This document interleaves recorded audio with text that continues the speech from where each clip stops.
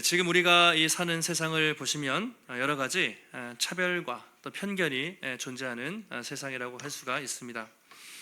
여러분, 예전에는 뭐 신분이라든가 뭐 남녀 또는 직업에 따라서 뭐 드러내놓고 차별을 했다면, 요즘에는 드러내지는 않지만 보이지 않는 곳에서 많은 차별과 편견이 여전히 존재한다는 것을 다 알고 계실 것입니다. 예전에 국가인권위원회에서 우리나라 국민들을 대상으로 한번 물어봤습니다. 당신은 차별을 받은 적이 있습니까? 또는 이 나라에 어떤 차별이 있다고 생각하십니까? 라고 질문을 했는데 10명 중 7명이 아직 이 나라에 심각한 차별이 있는 것 같다라고 대답을 했다고 합니다. 어느 곳에서 차별이 많습니까? 물어보면 가장 많은 것이 장애인, 여전히 장애인에 대한 차별이 인식이 존재하는 것 같다 대답을 했고, 두 번째로는 외국인 이주민들 있죠.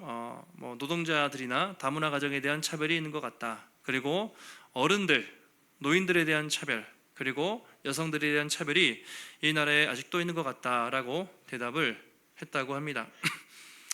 최근에는 여러분 영국이나 스페인의 프로축구 뭐 그건 잘 모르시겠지만 손흥민 아시죠? 그리고 이강인 선수 아세요? 유명한데 우리에게는 영웅이잖아요. 막 그 나라 가서 골을 넣고 하면 막 대단한데, 세러머니를 하는데 그때 이제 관중들 중에 인종차별을 하는 사람들이 있어요. 어떻게 하죠? 이렇게 눈을 이렇게 쫙 찢으면서 이렇게 동양인 비하 차별을 하는 거예요. 그래서 카메라에 잡혀서 이제 그런 관중들을 벌금도 매기고 인종차별 금지 캠페인을 막 벌이기도 해요. 지금도 그런 것들을 보면 여전히 세상에는 많은 종류의 크고 작은 차별이 있다라는 것을 우리가 알 수가 있습니다. 여러분 혹시 그런 차별을 당해 보신 적 있으세요? 나는 이런 차별을 당했다. 뭐 외국에 여행을 갔다가 뭐 그런 차별을 당할 수도 있고, 우리나라에서도 이런저런 차별을 뭐 당할 수도 있죠. 혹시 누군가를 차별해 보신 적은 있습니까? 나도 모르지만 내 마음속으로 또 누군가를 나는 차별했던 것 같다. 한번 생각을 해보시면 좋을 것 같습니다. 어제도 저희 애들한테 물어보니까 부모들은 항상 똑같이 애들을 이렇게 한다고 하지만 애들은 그렇게 항상 대답을 해요. 나는 차별당했다. 누나를 더 챙겨준 것 같다. 아니면은 동생을 왜 챙겨주냐. 나는 차별당했다. 애들이 그런 얘기를 이렇게 해요. 근데 우리는 다른 사람을 내가 차별한 것은 잘 기억을 못하고 내가 차별당한 거, 그렇죠? 그런 걸 잘 기억을 합니다. 선택적 기억이라고 해요. 나한테 불리한 것은 잘 기억 못하고 내가 당한 것만 기억하는데, 한번 잘 생각해 보세요. 나는 누군가를 차별한 적이 없는가? 혹시 또 나는 차별을 받았을 때 좀 어떠했는가? 세상에서는 정말 차별 없는 세상을 만들기 위해서 열심히 노력을 합니다. 캠페인도 벌이고 제도 개선도 하고 막 그런데, 여러분 인류가 존재한 이래로 이 차별이라는 문제는 오늘 야고보가 있었던 예수님 당시 또는 로마 시대나 2000년이 지난 지금이나 수많은 곳에서 있어요. 그리고 많은 사람들이 그 차별로 고통을 당하고 있습니다. 그래서 오늘 이 차별하지 말라는 말씀은 우리에게 와닿죠. 피부에 와닿는 아주 그런 말씀입니다. 그런데 차이는 있습니다. 성경에서 말하는 차별과 세상에서 말하는 차별의 차이가 무엇인가? 그리고 교회에서 만약에 차별이 있다면 그것은 왜 큰 문제가 되고, 어떻게 이 복음 안에서 우리가 지금 캠페인을 벌이자고 하는 게 아니잖아요. 그냥 차별하지 마십시오가 아니라 어떻게 예수 그리스도의 복음 안에서 이 차별의 문제를 다루고 이 차별의 문제를 근본적으로 해결할 수 있는가를 오늘 성경이 그렇게 말을 해주고 있습니다. 이제 우리가 지난주 이어서 네 번째 시간인데요. 지난주는 말씀을 듣기만 하고 행하지 않으면 그 사람은 거짓말쟁이다, 거울을 보고 얼굴 잊어버리는 사람과 같다라는 말씀을 들었습니다. 진정한 성도는 잘 듣고 순종해서 열매를 맺는 것이 참된 성도이다. 그리고 진정한 경건은 여러분 교회에서 예배드리는 것뿐만 아니라 교회 밖 세상에서, 그렇죠? 언어 생활을 잘하는 것이죠. 조심하고 고아와 가부를, 약한 사람들을 돌보고 자기를 지켜 세상에 물들지 않는 것이 진정한 경건이라 우리가 말씀을 보았습니다. 여러분 한 주간 세상 살면서 어떤 그런 경건을 실천하셨습니까? 한번 우리 자신을 돌아보시면 좋겠습니다. 오늘은 참 안타까운 이야기예요. 이게 거의 교회에 있었던 사실이기 때문에 교회 안에서 사람을 차별하는 문제가 나타났던 것 같습니다. 그래서 왜 사람을 차별하는 것이 심각한 문제가 되는지 두 가지로 야고보 사도가 제시하고 있는데요. 첫 번째는 사람을 차별하는 것은 예수 그리스도의 복음의 정신에 합당하지 않기 때문이다. 이것은 하나님의 복음에 맞지 않기 때문이다 라고 이야기를 합니다. 그리고 두 번째는 이웃 사랑, 내 이웃을 내 몸과 같이 사랑하라는 가장 중요한 계명에 절대적으로 위배되는 것이기 때문에 이 차별은 심각한 문제가 있다라고 말을 하고 있습니다. 자, 첫 번째, 겉모습으로 사람을 차별하지 말라고 1절에서 말하고 있습니다. 우리 다 같이 1절 말씀을 함께 읽겠습니다. 내 형제들아, 영광의 주 곧 우리 주 예수 그리스도에 대한 믿음을 너희가 가졌으니 사람을 차별하여 대하지 말라, 이렇게 말합니다. 사람을 차별하여 대하지 말라. 이거 뭐 세상에서도 하는 말이죠. 그런데 야고보가 이 편지를 쓸 때 어떤 심정이었을까, 어떤 마음으로 이 편지를 썼을까, 항상 성경을 읽으실 때 그 뉘앙스라는 게 있습니다. 느낌. 자, 야고보가 어떤 마음으로 이 편지를 썼겠습니까? 좀 많이 답답해 보이는, 왜냐하면 교회 안에서 어떤 차별의 문제가 드러났던 것 같아요. 그 소식을 듣고 참 안타까운 마음으로 우리 야고보 사도가 편지를 쓰고 있습니다. 어떻게 예수를 믿는 성도들이 교회 안에서 사람들을 차별할 수 있겠습니까? 라고 안타까운 마음으로 고민을 하는데요. 차별이라는 단어가 어떤 의미가 있는가를 좀 보셔야죠. 차별. 원어적으로 차별이라는 것은 이제 얼굴로 평가하다 이런 뜻이에요. 원래 의미가 헬라어로 얼굴로 평가하다. 다시 말하면 사람을 외모로 판단한다는 것이죠. 그 사람의 신체, 어떤 외모, 그리고 어떤 지위, 또 인종과 같은 외적인 조건으로, 그러니까 사람을 사람 자체로 보지 않고 외적인 것으로 판단하거나 평가하는 것을 차별이다. 성경에서는 그렇게 말하고 있습니다. 근데 왜 이게 문제일까요? 왜 하나님이 이것을 심각하게 받아들일까요? 여러분, 세상에서 차별하면 법적으로 조치를 받습니까? 법적으로 문제가 안 되죠. 그 사람이 좀 교양 없고 도덕적으로 문제가 되지만 세상에서는 차별을 죄라고 말하지 않습니다. 근데 성경은 차별은 분명히 심각한 죄라고 말합니다. 왜 그런가?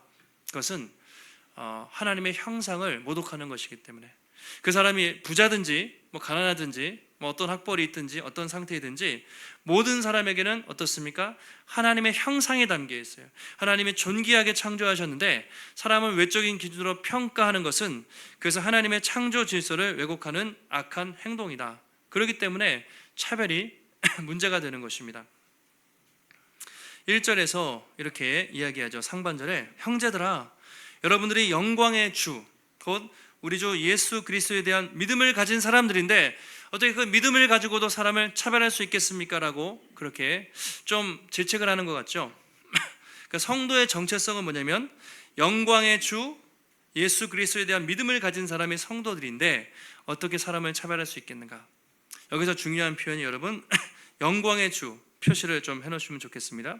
의미가 있는 구절이죠. 왜 야고보는 예수님을 영광의 주라고 특별히 표현을 했을까? 성경에서 영광, 우리가 이제 글로리, 이 영광 원어로는 이제 발음이 독사 이래요. 영광이라는 게 독사라고 이제 헬라어 발음이 표기가 그런데 영광 또는 광채, 광명 이런 것들을 영광이라고 글로리 이렇게 표현합니다. 그러니까 이런 거죠. 여러분들이 예수 그리스도의 복음의 영광과 그 광채를 경험한 사람들인데 어떻게 세상 사람들의 그 기준을 보고 사람들을 판단하고 평가할 수가 있겠습니까? 성도들은 세상 영광을 따라 사는 자들이 아니라 그리스도의 영광을 경험한 사람들인데 어떻게 그 돈 좀 많고 적은 거, 학벌, 그 지역, 그 짜잘한 거 가지고 어떻게 하나님의 영광을 경험한 사람들이 작은 것을 가지고 외모로 판단할 수가 있겠습니까? 그거 잘못됐다고 안타깝게 지적을 하고 있습니다. 그럼 야고보 왜 영광을 강조할까요? 영광을 왜 강조할까요? 그 야고보 경험이 있어요. 자, 야고보서를 쓴 사람이 누구라고요? 많은 사람 중에 주의 형제, 예수님의 마리아를 통해서 태어난 야고보잖아요. 그 야고보가 어땠습니까? 예수님 활동하실 때 예수님을 안 믿었어요. 심지어 미쳤다고 그랬어요. 절대로 믿지 않다가 야고보가 어떻게 변했습니까? 예수님이 죽으시고 부활한 다음에 영광의 주님을 야고보가 만난 거예요. 그래서 야고보가 부활의 주님을 경험하고 나서는 이제는 예수님을 영접하고 예수님의 제자가 돼서 초대교회의 가장 유력한 지도자가 된 상태이지 않습니까? 지금으로 말하면 총회장이란 말이죠. 예, 그러니까 바울이 부목사님 정도라면 당시의 위상으로 볼 때 야고보는 총회장격이었어요. 그러니까 엄청난 유력한 지금 지도자입니다. 그러니까 자기도 한때는 예수님을 안 믿었지만 영광의 주님을 만나고 인생이 변화됐어요. 그래서 그 주님을 모시는 제자가 돼서 사역을 하고 있는데, 여러분들도 마찬가지가 아니겠습니까?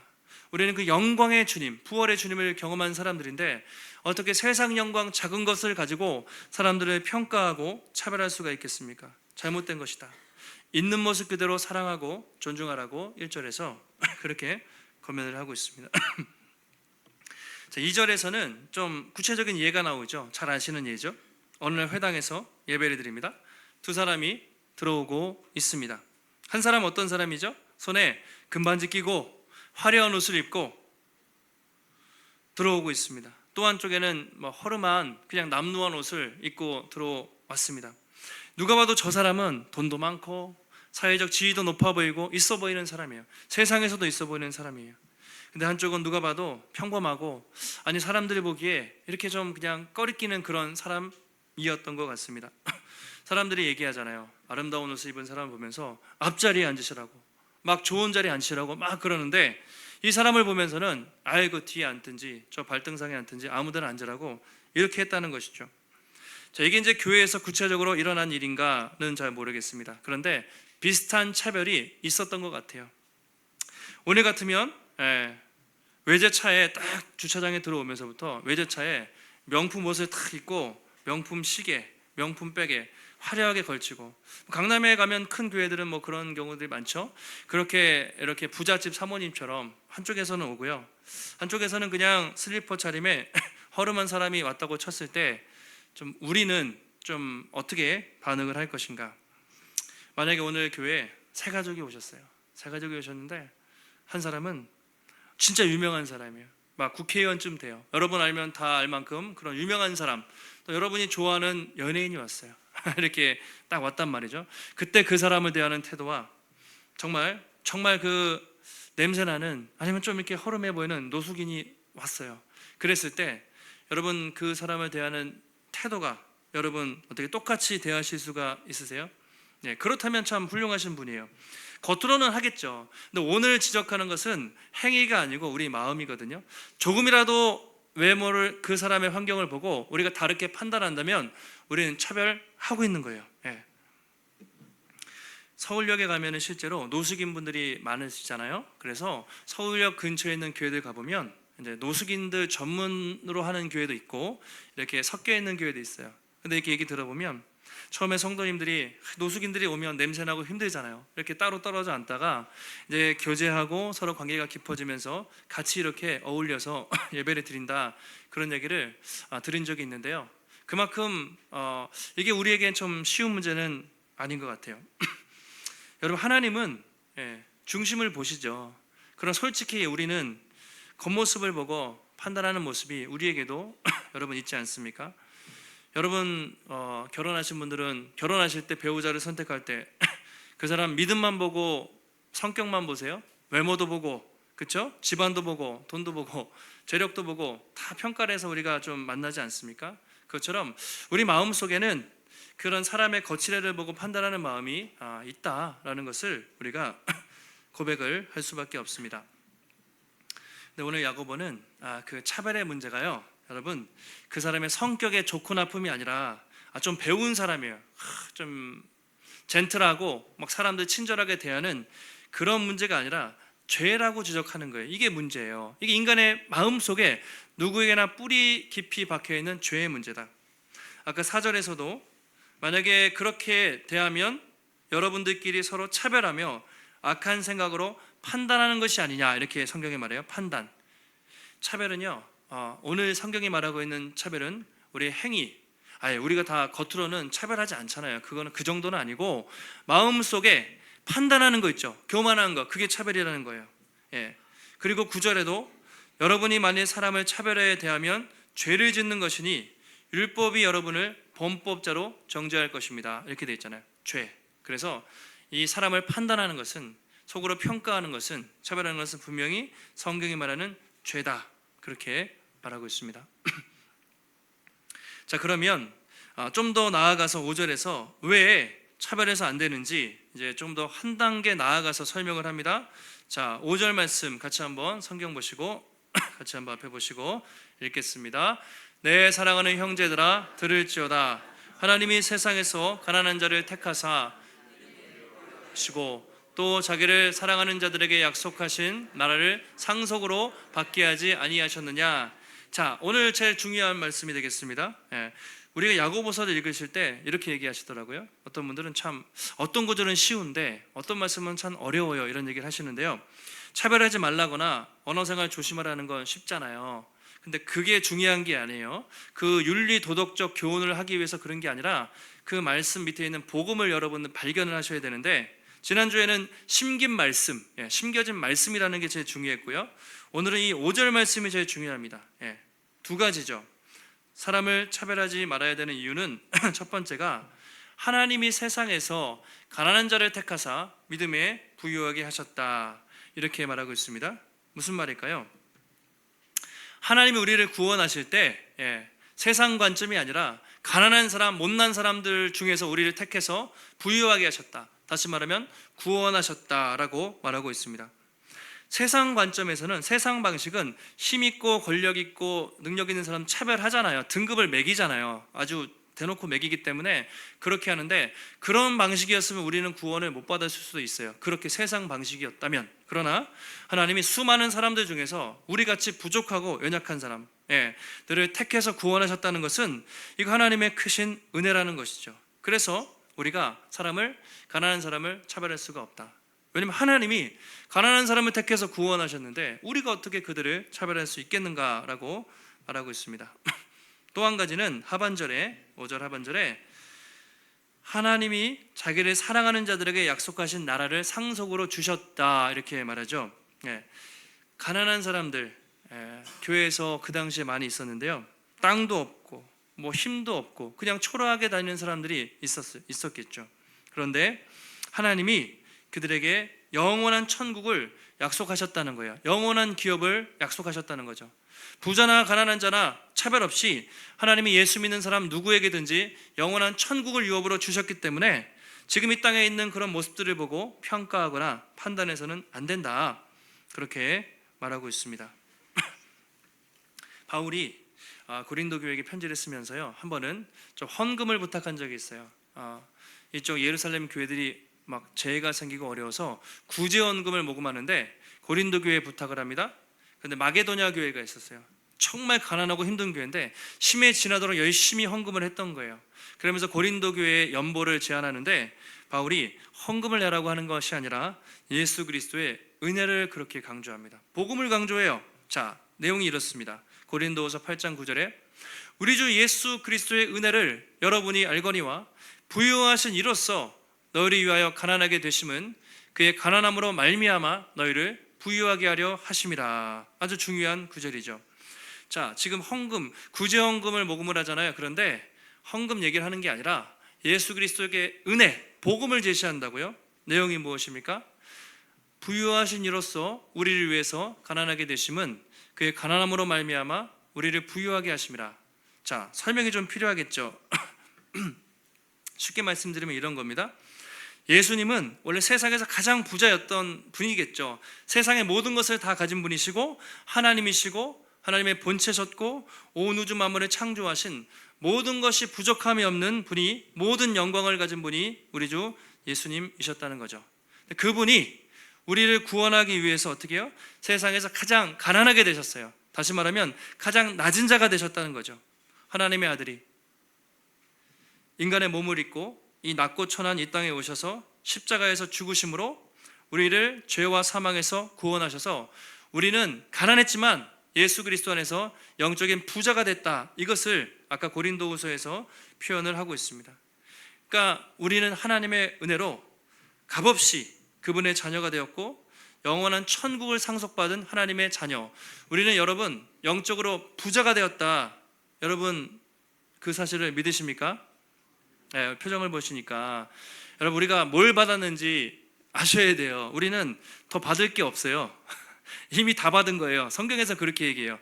천국에서 우리가 앞으로 예비된 복이 너무나 크기 때문에 세상에서 받는 복은 받아도 그만, 안 받아도 그만일 정도로 이미 우리가 받은 복은 영원한 엄청난 복을 받았다. 그걸 알고 사셔야 돼요. 그거 모르고 사시면 늘 부족하고 이것 달라고 그러고 저것 달라고 하시겠죠. 그런데 가장 부유하신 분이 우리 위해서 가장 낮아지셔서 우리에게 가장 부자가 되게 하신, 영원한 천국을 주신 그 복음을 기억할 때 사람을 차별하지 않고 공평하게 대할 수가 있다는 것이죠. 그래서 오늘 야고보가 얘기하는 거예요. 하나님이 세상에서 가난한 자들을, 여러분들 같이 부족한 사람을 차별하지 않고 구원하셨는데, 그 복음을 가진 사람들이 세상에서 재물, 좀 부자라고, 좀 더 가졌다고, 사회적 지위가 높다고 차별하는 것이 여러분 말이 되겠습니까?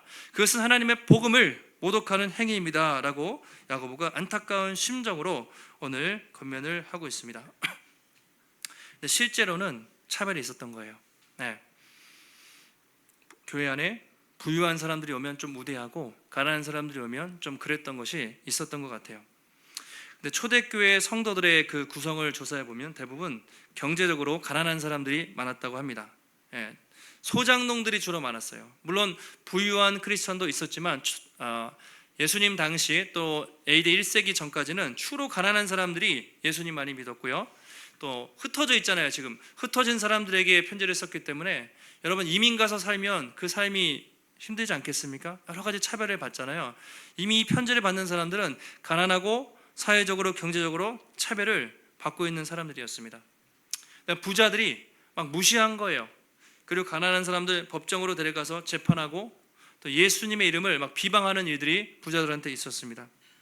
근데 참 이상한 게 가난한 성도들이 부자들한테 당하면서도 가난한 자들을 업신여기고 부자들한테 굽신거렸던 거예요. 그러니까 이게 야고보가 이해가 안 되는 것이죠. 그 돈 많은 부유한 사람들이 맨날 여러분 감옥에 넣고 재판을 걸고 그렇게 핍박을 하는데 어떻게 부자들 앞에서 굽신거리고 가난한 자들을 그렇게 억압할 수 있냐? 이것은 말이 되지 않는다라고 그렇게 강하게 권면을 하고 있습니다. 아마도 그들 마음속에는 이런 마음이 있었을지도 몰라요. 근데 예수 믿는데 핍박을 받잖아요. 근데 예수 안 믿는 부자들이 부러운 거예요. 한편으로. 그래서 부자들의 눈치를 보면서 나도 부자가 됐으면 좋겠는데, 그런 마음이 성도들에게 있었다는 것이죠. 이것을 야고보서의 두 마음을 품은 자 1장에서 기억하시죠.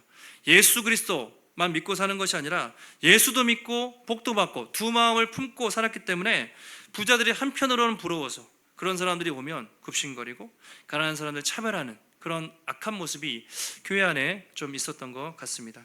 너무 안타까운 상황이 되는 것이죠. 여러분 사람들은 참 우리가 비겁하죠. 그래서 강한 자들에게는 어때요? 좀 약하고 약한 자들에게는 강하고, 그렇죠? 예수님은 강한 자들에게, 바리새인들에게 강하게 나가셨죠. 약한 사람들에게 한없이 약해지셨죠. 강각 양약이 돼야 되는데 사람들은 강약, 약한 사람들에게는 강하고 갑질하고, 이게 세상 방식이에요. 교회 안에도 우리 안에도 그런 모습이 없는가 한번 우리가 좀 돌아볼 필요가 있는 것 같습니다. 제가 그동안 여러 교회에서 사역을 하면서 느낀 점이, 물론 좋은 교회도 너무 많고 대부분 교회가 그렇지 않은데 가끔은 교회 안에도 그런 어떤 차별의 모습들이 조금씩 나타나지 않는가 생각이 될 때가 종종 있었습니다. 교회가 크고요, 오래될수록 또 어떻게 보면 재정이 많고 건물이 클수록 뭐 그런 것들이 더 있는 것 같아요. 교회 밖에서의 그 사람의 직업과 신분이 교회 안에서도 막 그렇게 드러나는 것이죠. 교회 안에서의 직분들이 섬기는 봉사의 직분이 아니라 어느 정도 위계 질서처럼 느껴질 때도 있습니다. 가끔 장례를 하는데 교회 안에서의 중직자 분들이나 또는 사회적으로 명망 있는 분들은 정말 뭐 버스가 가가지고 수많은 사람들이 그렇게 하는데, 독거노인이나 정말 소외받은 분들 가끔 장례식을 가보면 너무 조용하고 초라할 때가 가끔 있었던 것 같아요. 교회라면 오히려 그런 사람들을 더 많이 생각하고 가는 것이 맞지 않은가, 그런 생각을 할 때도 있습니다. 강남에 있는 어떤 교회들은 교구들마다 압구정이라든가 이런 교구들은 재정이 되게 많아요. 뭐 심지어 교육자들이 뭐 그런 교구를 가고 싶다, 뭐 그런 얘기를 제가 들은 적도 있어요. 만약에 교회 안에서 그런 일들이 혹시라도 일어난다면 여러분 그 교회는 정말 교회라고 할 수 있습니까? 거룩, 아까 기도하셨죠? 거룩을 상실하면 교회는 그냥 생명을 잃어버린 거나 마찬가지예요. 그래서 교회는 그러면 병들어가고 타락할 수밖에 없습니다.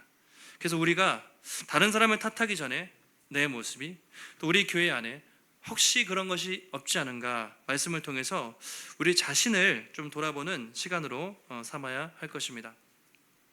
마지막으로 이제 야고보가 사람을 차별하지 말아야 안 되는 이유는 아까 율법의 정신, 성경의 정신에 어긋나기 때문이다 라고 말하고 있습니다. 8절 보시면 이렇게 얘기합니다. 너희가 만일 성경에 기록된 대로 내 이웃 사랑하기를 내 몸과 같이 하라 하신 최고의 법을 지키면 잘하는 것이거니와. 자, 9절도 연결되어 있죠. 같이 한번 9절 만일 읽겠습니다. 만일 너희가 사람을 차별하여 대하면 죄를 짓는 것이니 율법이 너희를 범법자로 정죄하리라. 그렇게 말하고 있습니다. 사람을 차별하는 것은 분명히 죄다. 분명히 이건 죄의 영역입니다. 죄인데 8절에 내 이웃을 내 몸과 같이 하라 하신 최고의 법. 한번 따라해 보실까요? 최고의 법. 여러분, 성경의 최고의 법이 무엇입니까? 어떤 율법사가 물었을 때 예수님이 대답하시죠. 구약 모든 성경의 최고의 법은 잘 아시죠? 하나님을 사랑하는 것, 내 이웃을 내 몸처럼 사랑하는 것. 하나님 사랑과 이웃 사랑이 모든 성경의 최고의 법이잖아요. 완성이죠. 그런데 최고의 법이라는 표현은 의역이고, 원래 성경은 왕의 법이라고 되어 있어요. 영어로도 로얄 로우라고 되어 있는데 왕국의 왕의 법이라고 되어 있습니다. 이게 무슨 말이냐면 우리의 왕이 누구십니까? 하나님이죠. 하나님의 백성들, 하나님 왕국의 최고의 법은 뭐냐? 내 이웃을 내 몸처럼 사랑하는 것이다. 그렇게 말하고 있습니다. 바울도 갈라디아 성도들에게 모든 율법은 내 이웃 사랑하기를 내 몸처럼 하라 하신 것에 다 들어있다 이렇게 표현했어요. 그러니까 우리 믿음의 최고의 완성은 무엇이냐면 내 이웃을, 다른 사람을 나처럼 사랑하는 것. 만약에 여러분이 누군가를 그렇게 사랑할 수만 있다면 여러분 이제 하산하시면 돼요. 더 이상 끝난 거예요. 모든 성경의 완성은 다른 사람을 나처럼 사랑할 수만 있다면, 그러면 모든 성경의 완성이라고 성경은 말하고 있습니다. 그만큼 이 사랑이라는 것이 최고의 법인데, 최고의 법, 서로 사랑할 때 여러분 어떻게 우리가 차별을 할 수가 있습니까? 차별은 더 이상 문제가 되지 않는 것이죠. 예전에 어떤 설교를 듣다가 영상을 본 적이 있는데요. 참 재밌는 영상이었어요. 한번 제가 설명을 해드릴 테니까 만약에 여러분이 그 자리에 있었다면 어떻게 반응하셨을지 자신을 한번 적용을 해보시면 좋겠습니다. 어느 날 주일이었습니다. 아주 1000명 이상 되는 큰 교회였습니다. 예배 1시간 전에 어떤 노숙자가 앞에서 이렇게 구걸을 하고 있었던 것 같아요. 좀 도와달라고, 돈을 달라고. 성도들이 예배를 드리면서 가는데 한 사람도 도와주지 않았던 것 같아요. 그렇게 사람들은 지나쳐 갔습니다. 예배 시간이 됐습니다. 노숙자가 예배 드리려고 들어갔어요. 맨 앞자리로 앉아서 예배 드리려고 그러는데 안내위원들이나 교회 사람들이 뒤로 가서 앉으라고 뒤로 이렇게 물렸습니다. 예배가 시작되고 이제 어떤 사회자가 사회를 해요. 그날은 어떤 날이었냐면 마침 그 교회 새로운 담임 목사님이 부임하는 날이었습니다. 사회자가 자, 담임 목사님 오셨습니다 라고 이렇게 소개를 하는데 갑자기 그 뒤에는 노숙자가 앞으로 나아가서 이제 소개를 했습니다. 그래서 그분이 담임 목사님이셨던 거죠. 그날 아침에 변장을 하고 와가지고 이렇게 있었던 거예요. 그 순간 분위기가 얼마나 이렇게 깜짝 놀랐겠습니까? 그 목사님이 앞에 올라가서 마태복음 25장 31절 이하의 말씀을 읽었습니다. 예수님이 하신 말씀이죠. 내가 줄일 때에 너희가 먹을 것을 주었고 목마를 때에 마시게 하였고 내 형제 중에 지극히 작은 자 하나에게 한 것이 나에게 한 것이라. 그 말씀을 읽고 말씀을 전했을 때 여러분 성도들의 마음이 얼마나 찔렸겠습니까? 목사님이 이렇게 얘기하셨습니다. 오늘 있었던 일을 잘 생각해 보시고 여러분들의 믿음을 돌아보시기 바랍니다. 그렇게 첫날 부임 인사를 하셨다는 이야기를 들은 적이 있습니다. 성도들이 부끄러워서 얼굴을 듣지 못하고 하나님 앞에 회개하고 기도하며 갔다는 이야기입니다. 예전에 미국에서 비슷한 일이 있었다고 해요. 있었던 일을 약간 각색을 해서 제가 설명을 드렸는데요. 만약에 여러분이 그 자리에 있었다면 이렇게 가난한 사람이 또 어려운 사람이 교회 앞에 있을 때 여러분 정말 그 사람을 작은 예수라고 생각하고 그 사람을 도우셨겠습니까? 아니면 그냥 혹시 지나치셨을까요? 저도 만약에 그 자리에 있었다면 정말 어떻게 되었을까 한번 생각을 해보게 됐습니다. 우리가 다른 사람들의 손가락질을 되게 잘하지만 우리도 그런 상황이 되면 우리도 충분히 그럴 수가 있다. 우리가 예수님을 십자가에 못 박은 사람들을 막 정죄하잖아요. 근데 여러분, 우리가 2000년 전에 있었다면 여러분은 끝까지 십자가를 지고 따라가는 제자가 됐겠습니까? 아니면 수많은 군중들, 예수님을 모욕하고 욕하는 군중 가운데 있었을까요? 이게 참 어려운 문제입니다. 그러니까 우리도 늘 하나님 앞에 우리가 어떤 자인지 돌아볼 필요가 있다는 것이죠. 여러분, 지금도 세상에는 우리가 알지 못하는 수많은 차별들이 있고요. 정말 사회적 약자들, 많은 사람들이 그 차별 때문에 고통스러워하고 있습니다. 차별 없는 세상을 만듭시다. 피켓을 들고 또 여러 가지 제도와 캠페인을 시행하지만 그래서 없어진다면 좋겠지만 그렇게 되지가 않습니다. 왜냐하면 이것은 단순히 인간성의 문제, 품성의 문제가 아니라 죄의, 인간 내면에 있는 모든 사람에게 있는 죄의 문제이기 때문입니다. 그래서 이 문제를 해결할 수 있는 유일한 방법은 예수 그리스도의 십자가의 복음밖에는 없는 것이죠. 우리를 차별하지 않으시고, 그렇죠? 가난하든 부하든 우리의 어떠함과 상관없이 우리를 차별 없이 대하신 예수 그리스도의 그 사랑을 기억할 때에만 우리는 다른 사람을 차별하지 않고 동등하게 대우할 수가 있는 것이죠. 그래서 바울이 서신서, 로마서, 골로새서 이런 데 쓰면서 그런 얘기 많이 하죠. 복음에는 무엇이 없습니까? 복음에는 차별이 없나니, 이런 표현들을 많이 쓰지 않습니까? 복음에는 차별이 없습니다. 우리가 받은 복음은 차별이 없습니다. 로마서 3장 21절 이하의 말씀인데요, 이제는 율법 외에 하나님의 한 의가 나타났으니, 이 이제는이라는 것은 로마서에서 엄청난 전환점이에요. 되게 중요한데, 이제는 율법에 하나님의 한 의가 나타났는데 율법과 선지자들에게 증거를 받은 것입니다. 자, 22절 같이 한번 읽겠습니다. 시작. 곧 예수 그리스도를 믿음으로 말미암아 모든 믿는 자에게 미치는 하나님의 은이 차별이 없느니라. 아멘. 예, 이제는 율법 외에 하나님의 놀라운 의가 나타났는데 하나님이 우리를 구원하실 때 차별하지 않고 예수 그리스도를 믿음으로 누구든지 모든 믿는 자에게 차별 없이 우리를 구원하셨다, 그렇게 말하고 있습니다. 골로새서 3장에서도 여러분은 그리스도 안에서 새 사람이 되었습니다. 거기에는 헬라인이나 유대인이나 할레파나 무할레파나 남자나 여자나 종이나 자유인이나 차별이 없습니다. 끊임없이 차별 없는 복음. 그 당시에는요, 여러분, 남자 여자가 같이 예배를 드릴 수가 없는 세상이었어요. 2000년 전에는. 그리고 종이랑 자연이랑 노예였는데 같이 예배를 어떻게 드립니까? 그런데 예수의 복음을 들은 사람들이 종과 자연의 관계가 없어지고 남자 차별이 없어지고, 우리나라 처음에 복음이 들어왔을 때 기억자 교회 아시죠? 같이 못 드린다고 했어요. 남자 여자가 어떻게 같이 예배를 드리냐고, 종과 그 다음에 주인이 어떻게 예배를 드리냐고 칸막이 치고 드렸어요, 처음에. 그러다가 선교사님들이 그러면 안 된다고, 복음에는 차별이 없는데, 끊임없이 복음을 전하면서 칸막이가 없어지고 지금은 우리가 이렇게 같이 드리는 거예요. 처음 100년 전에는 칸막이 치고 예배를 드렸어요. 차별이 많았어요. 그러나 복음에는 차별이 없다는 것을 깨닫고 사람들이 그 장벽을 허물고 하나가 되었던 것이죠. 여러분, 우리는 차별 없는 하나님의 복음의 은혜를 경험한 하나님의 백성들인 줄 믿으십니까? 예, 그것을 꼭 기억하시면 좋겠습니다. 한때는 우리도 사람들처럼 외모를 따지고 조건을 따지며 차별했습니다. 그러나 이제는 우리가 십자가에 차별 없는 사랑을 받은 사람들이에요. 그리스도의 영광의 강체를 경험한 사람들입니다. 그리고 우리 모두는 주 안에서 존귀한 형제 자매가 되었습니다. 그래서 우리는 늘 거저받은 그 은혜, 값없이 받은 그 사랑을 생각할 때 차별하지 않을 수 있습니다.